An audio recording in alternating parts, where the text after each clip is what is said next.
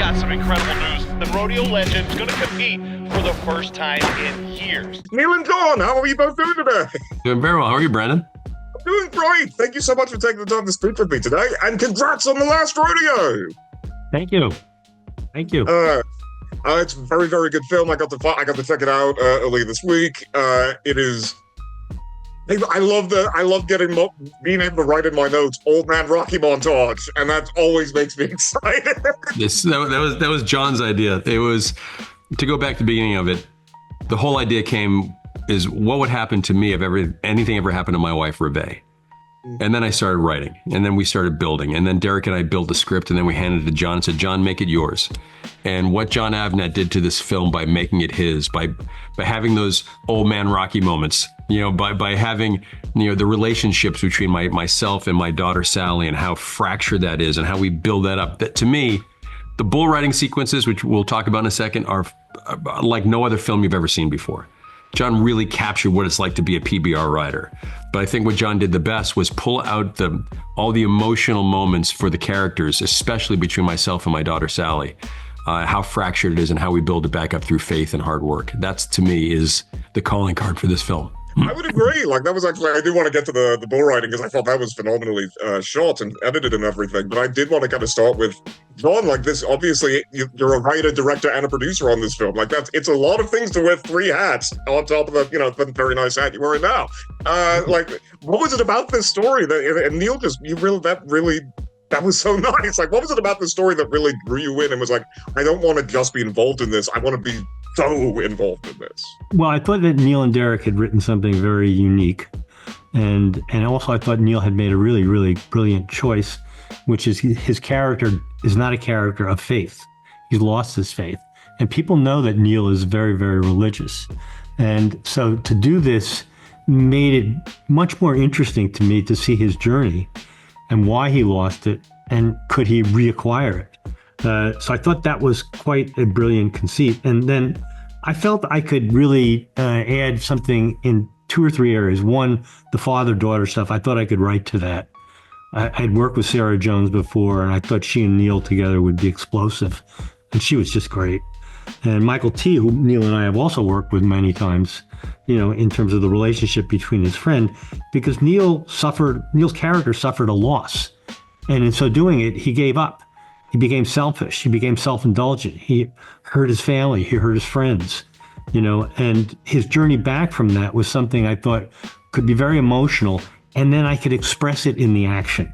And that's something I've always wanted to do in an action film, have an emotional element to it, not just the action, not just guns, not just fighting, in this case, riding bulls. So I thought that was very exciting. And then lastly, it was a world I knew little or nothing about. And I always like to learn about that. And, Sean Gleason at the PBR was one of my many teachers. And both Neal and I really wanted to get it right. And so, in fact, 2 weeks ago, we were at the USA Film Festival in Dallas. And Sean and his wife, Candace, sat right next to myself and my wife, Reve. And I'm sweating bullets. Because if Sean Gleason, the head of the PBR since 1997, doesn't like this film, we're toast. And after the film, he walks up to me with his big bear claws and grabs me and says, this is now my new favorite film.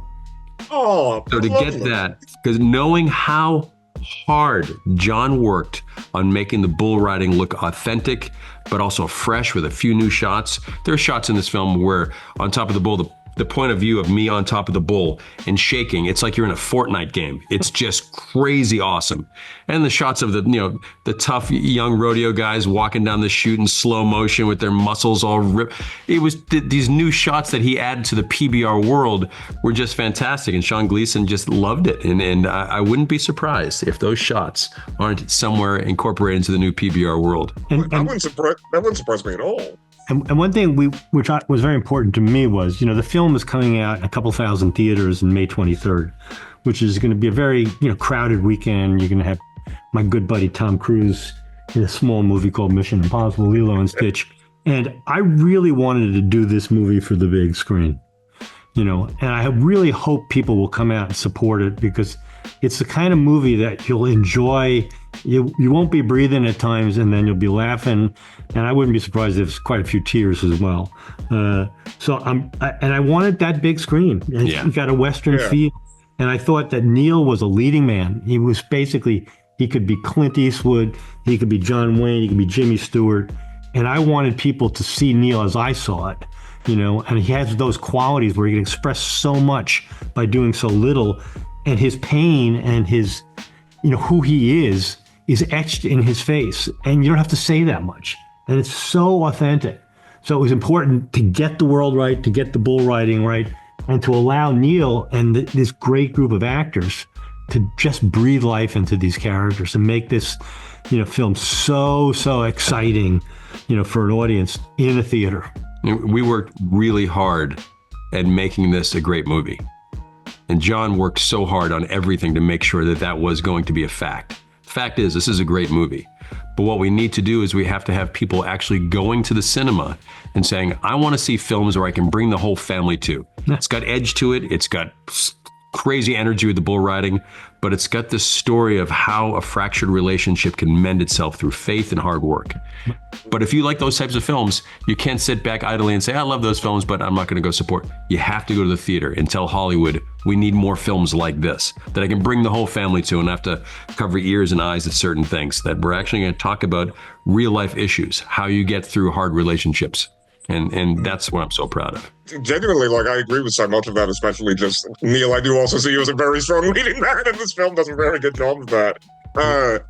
It's something I did really love about the story is not only do we have this very interesting, juxtaposition of this very macho, very cowboy, very confident man who's also very vulnerable. He's very emotionally wounded. He's very, as you said, he's been selfish in the past. And it's also a film where there's not really a villain, which I love that. I love when a movie, the antagonist is not really a guy who's twirling the mustache.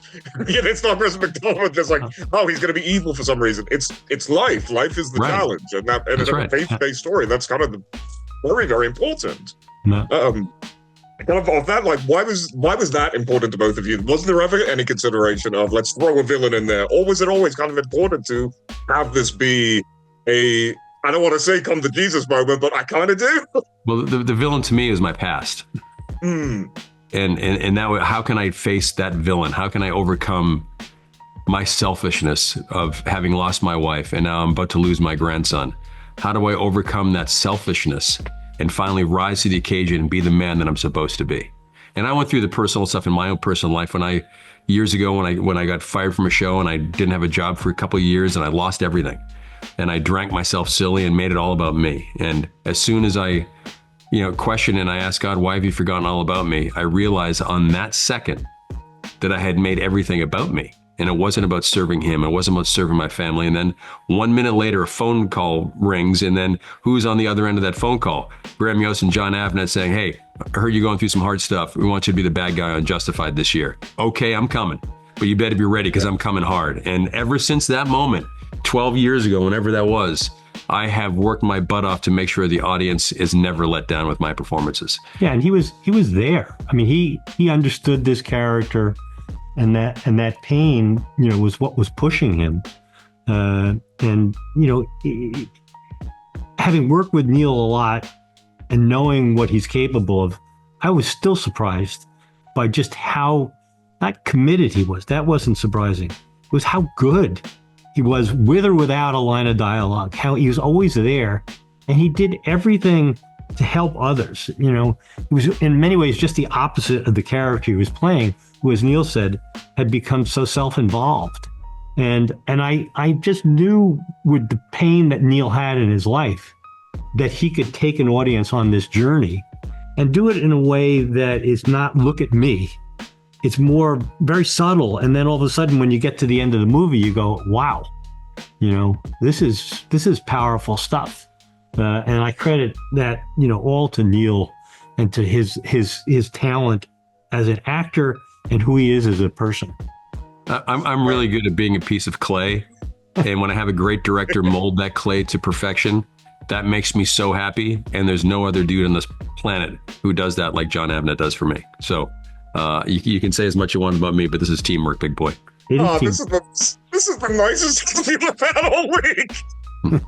It's the only interview you've had all week, but that's fine. It's Yeah. I'm still number one. Neal, Jon, thank you so much for taking the time to speak with me. Again, sincerely, congrats on the film. I really could Thank you, Brandon. spend another hour talking to you guys about it, but I do got to get off and let you guys talk to everybody else. Have a great rest of your day, a great rest of however many more of these you got to get through. I hope I get to talk to both of you again real soon. Thank you so Brandon. much. God bless you. Thank you. Well. I want to ride like the wind for my grandson. Can't stop me now.